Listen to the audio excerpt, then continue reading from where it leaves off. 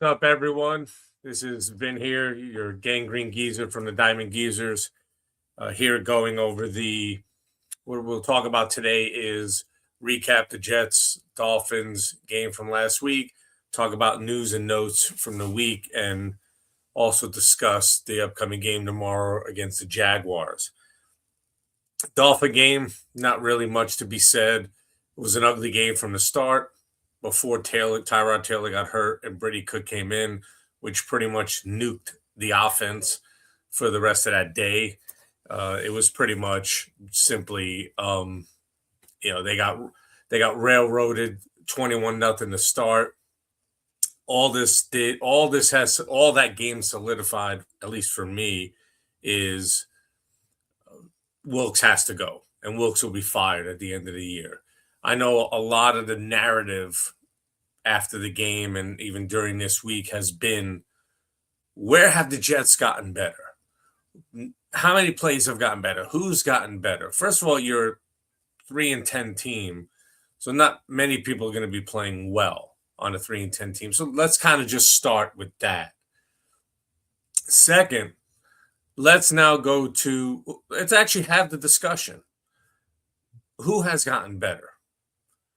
I can point to the offensive line, Josh Myers, Tittman, Membu coming in, first-round pick, rookie year, Fashanu, who started off slowly, a little bit bumpy to start the season, and has come on as of late. This has been a solid unit. I believe it's the only offensive line that has started every game as a unit this season, so much so that the Jets extended Josh Myers a 2-year extension. And for all of those who are saying, is that going to be our center going forward? Maybe, maybe not. My original thought when he signed was to be a backup lineman, center, guard, give them some depth. Obviously, with the injury to AVT at the beginning of the season, he stepped in to be a starter, and he's done a commendable job. The money that he got for that contract does not say this is starter money. So if there's a center, they could either sign in free agency or sign or draft in the upcoming draft next April. That contract is not prohibitive to them making additional moves.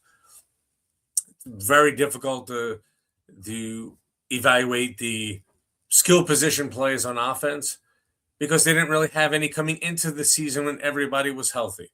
Other than Garrett Wilson, Breece Hall, you had Mason Taylor. We'll get to him later. He's actually out for this week, which is kind of a downer because we wanted to continue to see his continued progress as a tight end, so we can go towards determining, is this guy going to be the starter for us in 2026? Also, with Brady Cook listed as the starter this Sunday against the Jaguars, Mason Taylor would have been a great safety valve for him in the passing game, which is set to surely be a tough matchup against the Jaguars, which we will definitely touch upon.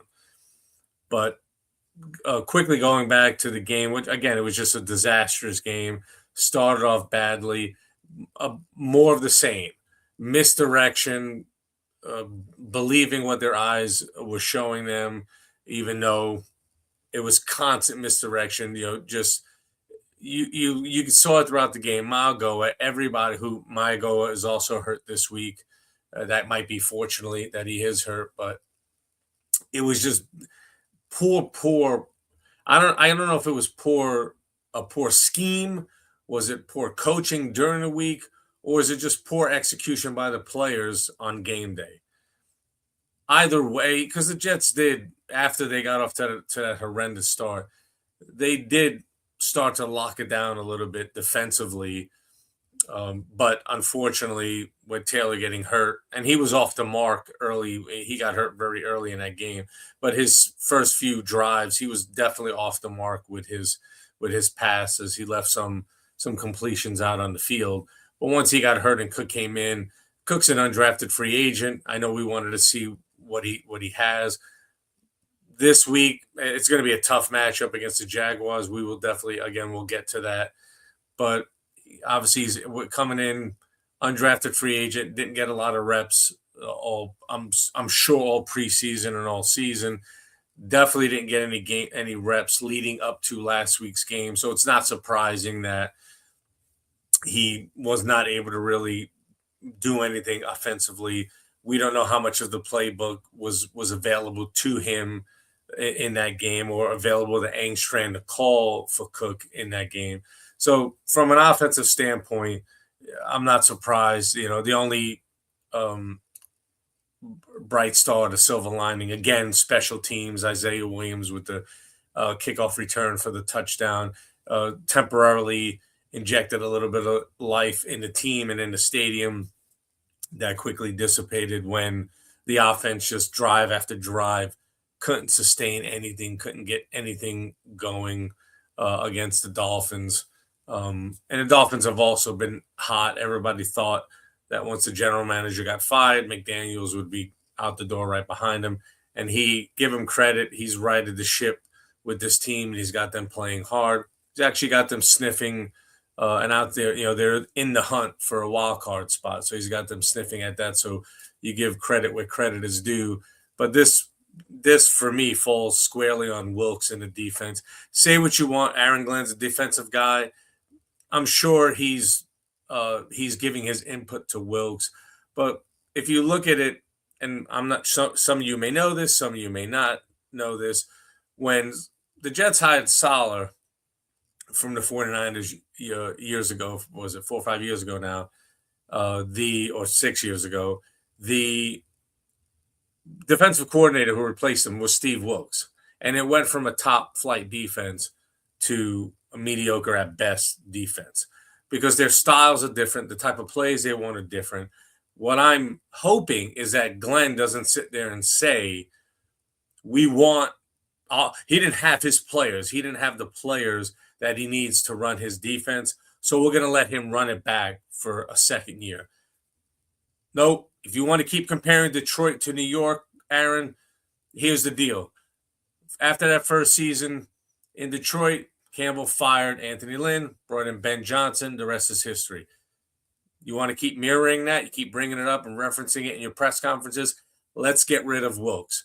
We understand why you brought him in. A lot of people were for the move when it happened because it was simply you had no coaching or head coaching experience.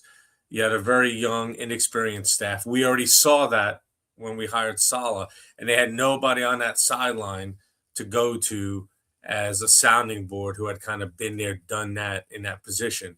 A lot of people did talk about Wilks before the season. He was hired. I'm not saying it was heavily applauded, but it was understood and kind of, soft claps it was met with. Okay, smart move, good job learning from the last regime who didn't do that. But he has shown why he's typically been one and done and was out of the league last year. No creativity. They are just, there's no opportunities. People keep wondering, where are the interceptions?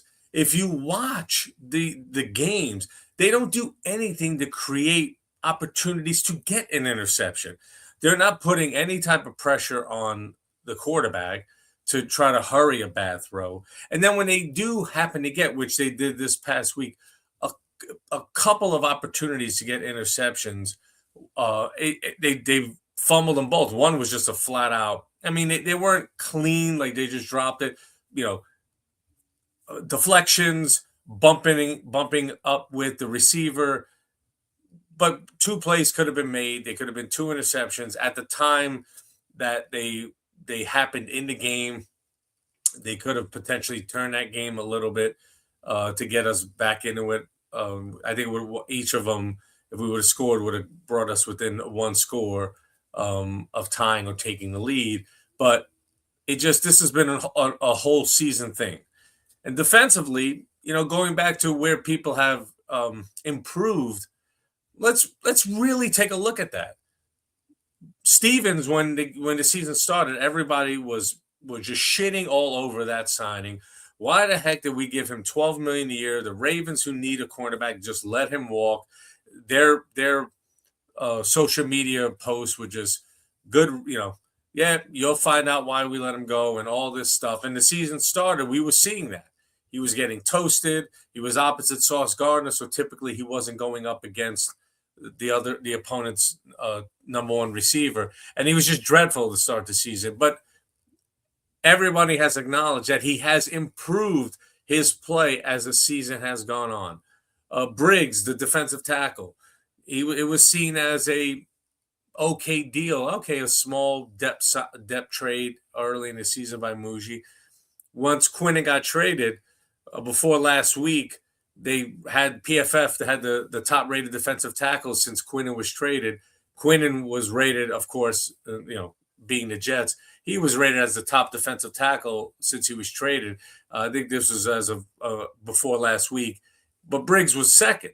Now Briggs is showing himself to be he was looked at as just a depth piece. Now he's being looked at as a viable starter for 2026. You have As Thomas, Malachi Moore. These were draft picks who are showing themselves to be in the mix for the secondary for 2026.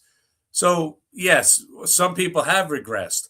Johnson, McDonald.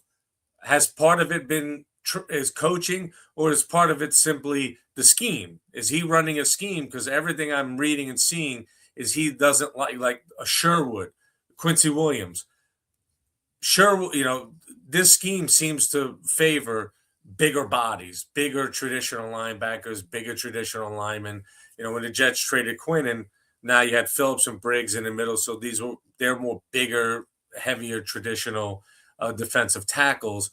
So you saw for up until last week, the running game they kind of played a little bit better defensively even after the trades of Quinnen and Sauce. But last week was complete regression. But again, for everybody, there have been players that have gotten better since the season has started. Now, you could say that just was getting familiar with the scheme, is it coaching, but you can't have it both ways. If someone started the season poorly or didn't come into the season being thought of as being any type of a player or an asset, just a depth piece, but they've escalated into these guys are potential starters for the upcoming season, then that you have to give the kudos to the coaching staff for that.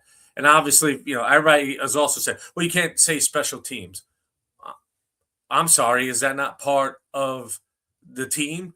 Offense, defense, special teams. So the special teams unit is the best in the NFL. They have a chance to be the statistically ranked as the best ever. This might be the best ever special team season ever, but for sure it's the best in the NFL right now.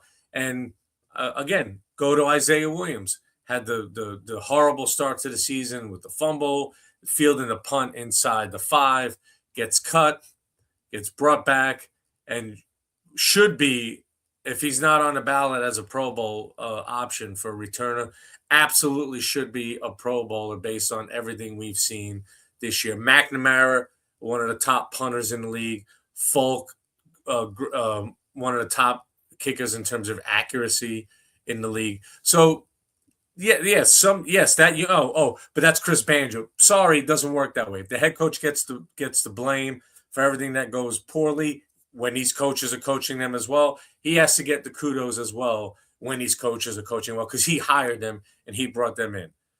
So there have been people who've gotten better as the season has gone on. The problem is, from things I've read, it's this scheme that Wilkes plays is not conducive to the players that he has. So one of two things are going to happen, or could be more. It may not be more. Could be more than that. But for sure, Wilkes, if he comes back, I think that's a grave mistake on Glenn's part, and it would show me that he might be loyal to a fault instead of putting the best player or the best coach, at that particular position group. We understood why you do it, Aaron. We understood why you made the move, or at least why we think you made the move. He was a former head coach, an experienced coach, someone who could be a sounding board. Fantastic. As a defensive coordinator, time has passed him on. He's not creative. He's not. The team looked thoroughly unprepared defensively to start that game last week. You made adjustments. You made adjustments when it was 21-0. So they didn't do anything new. They did what they did to you the first game. They did what they try to do to other teams, but other teams understand what they're trying to do and are not so playing so much with their eyes and just believing what they're seeing and constantly, continuously. How many times in that game were people just biting on a fake pitch or bootleg, and you see the tight end just running, everybody just running wide open. You got gashed in the run game. You knew A-Chain was going to have a big game, which he was on his way to a monster game before he got hurt. But his backup comes in, and he goes off as well. No excuse for that. That falls, in my opinion, it falls on heavily on Wilkes. Everything that happens falls on the head coach as well.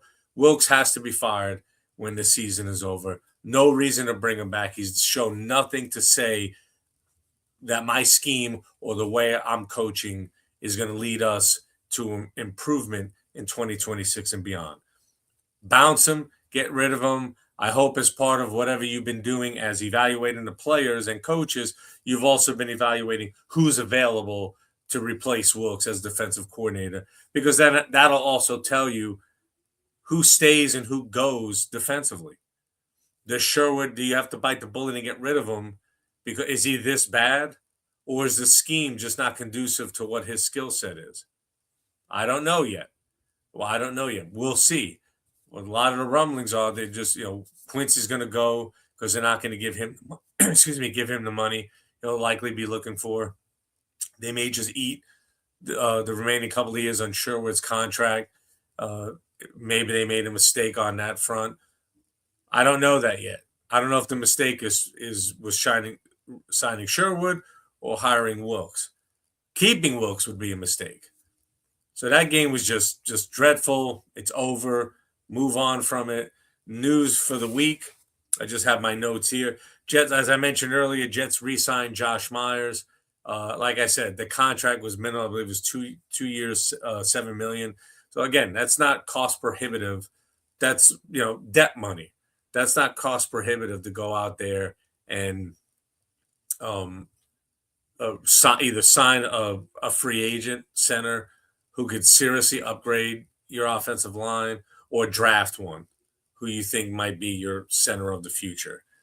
Maybe they might be bringing AVT back on a prove-it contract. Maybe Tippmann slides back over the center. There's going to be a lot of decisions to be made in the offseason. Jets also re-signed Adrian Martinez with I'll quickly go into who's already listed out for Sunday: Tyrod Taylor, Justin Fields, Mason Taylor, as I mentioned earlier. That's the one that bothers me the most, because for a quarterback like Brady Cook, it's a rookie quarterback. He was an undrafted free agent. It's his first full week of practice, and the tight end is typically a safety valve for young quarterbacks, and now he won't be there. So will Ruckert step up and show that could be part of the team in 2026? Will I'm drawing a blank on his name, Stewart finally be activated, or instead of special teams, will be playing tight end this week, and let's see what he has. So part of as Thomas again out. I know he had hurt his shoulder in the game last week, came back and played. He's out. I wanted to continue to see what he's going to be. Hopefully he's only out this week and can come back.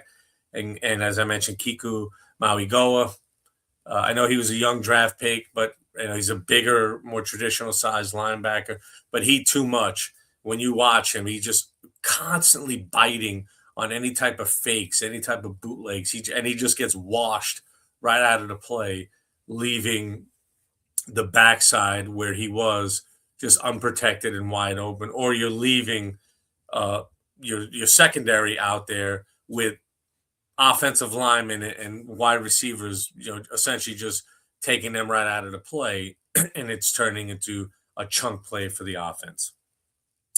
Again, I mentioned it re-signed Adrian Martinez. He was likely going to serve as the backup. Well, excuse me, not likely. He will be serving as the backup to Brady Cook. Martinez, as everybody Jet fans know, he was a main piece in preseasons in the past, was this one as well.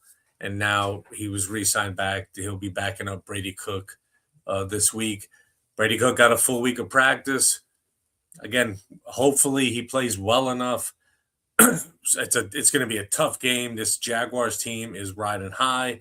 They're playing for not only the division but for playoff seeding.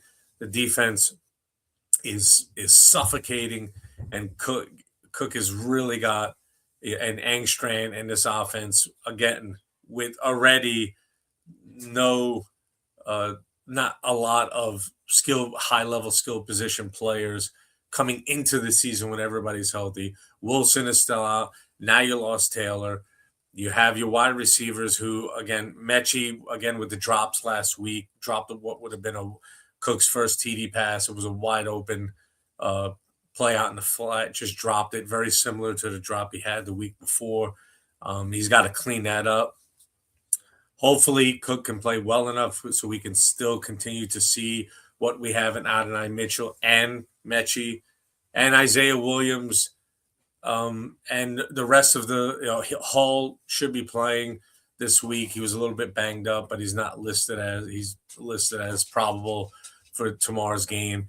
The Jets didn't use him at all. I mean, I understand they were down 21-0, but they barely used him in that game. It was going to be tough to run him because with Cook in, the Dolphins were not going to respect the passing game. So they simply were going to force the Jets to throw the ball, but they didn't even use Hall at all in the passing game. No screens, no boots, no anything. This will be a tough game this week. There he is. No, say hi to everybody.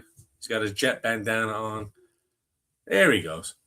So that's what happens when you got dogs in the house, you got pets in the house. They just pop up wherever they want to pop up. It's all right. We're all human. So this, like as I mentioned, it's going to be a tough game this week. Jaguars riding high, really need this game. This is going to be a tough match. I don't see the spread. I believe right now is 13.5. I think the Jets are just. I saw some scores 27-10, 20-3. I don't know what the score is going to be, but I think Jacksonville is going to cover this game. I'm not sure. The way, if Cook is their starting quarterback the rest of the way, this will give those Jet fans who want to maximize playoff positioning, this will probably give them what they want because they'll wind up finishing the season 3-14. So that's where this team is heading. Sorry, not out of a playoff spot. Out of the closer to the top spot for the number one pick. They likely won't get the number one pick because I don't know if the Raiders will win another game this year the way they're playing. Tennessee might win another game. They had they thanked Stefanski for pulling Shador on that 2-point try late in that game, which secured the win for Tennessee. But even if Tennessee finishes ahead of the Jets, or if the Giants finish ahead of the Jets in the standings, both of those teams are not likely to draft quarterbacks because they drafted, Tennessee has Ward, the Giants have Dart. So obviously we would want to finish ahead of them because if they're ahead of us, that means that they can move their picks for a potential suitor who wants to move up ahead of the Jets for a quarterback. But again, as I've said in the past weeks, every mock draft is showing that Mendoza's coming out, Moore's coming out, Simpson's coming out, but none of them have declared. All the chatter on all of the blogs and social media is Mendoza's likely to come out, but Moore and Simpson, especially the way Simpson's been playing, likely to go back. So again, you're playing for positioning, or you're trying to tank for positioning for a play that you don't even know if is going to be there and available for you. So just play the games, try to win them. Whatever happens, happens. This is not a lottery like baseball or basketball where you get a better chance by losing, by finishing with the worst record. You have a better chance of getting the best pick.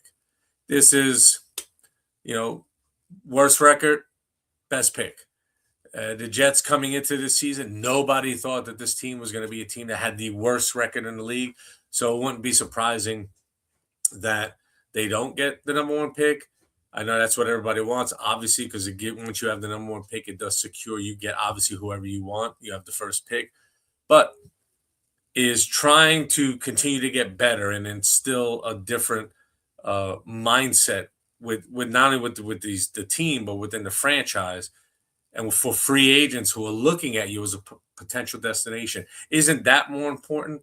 Again, there's no Andrew Luck, there's no Joe Burrow. There's none of those guys. There's nobody. None of these quarterbacks coming out or potentially coming out are said to be, generational quarterbacks. So, and we've seen in past years, how many times does the number one pick, it's the second quarterback or the third or the fifth quarterback that goes in that draft. That's the quarterback that takes the leap and brings their franchise to the next level. Because ultimately, if you get a guy who's got is skilled enough to play the position in the NFL, it's going to go to two things: how you develop him and what kind of team do you put around him. If you don't know how to develop him and you can't put a good enough team around him, it doesn't matter. Doesn't matter if you draft the next Joe Montana, the next Pat Mahomes, the next Josh Allen. It won't matter. The next Lamar Jackson won't matter. If you don't develop him right, if you don't put the right pieces around him, it's a wash anyway. You'll be still in the same cycle we always are with this team whether it was Sanchez, and please people don't tell me, but we got the 2 AFC championship games. The defense got you to 2 AFC championship games. When that defense started to falter and you needed someone to lift you and elevate those around him, he showed he wasn't the guy. So you missed me with that one if that's something you got a problem with. Darnold didn't have anybody around him. Zach Wilson, just not good enough. I think he's not good. He's the only quarterback that the Jets have drafted, number one, that hasn't led either the Jet team or another team to a playoff run. Every quarterback that the Jets have drafted in the first round either led the Jets to the playoffs or when they left the Jets, led another team they went to the playoffs. He's the only one who hasn't done that, which actually shows you just how bad that pick actually was. So it's not. I think it's just going to be they're going to get blasted by Jacksonville tomorrow, which will further strengthen their draft position for whatever direction they choose to go in. I'll have a reaction for you, after the game, and then we'll talk about obviously news and notes for the week and the upcoming matchup the following week. So again, thank everybody for liking and subscribing. I hope everybody's doing well in the winter in the Northeast with this cold weather coming in. Everybody be safe. And until next time, talk to you soon.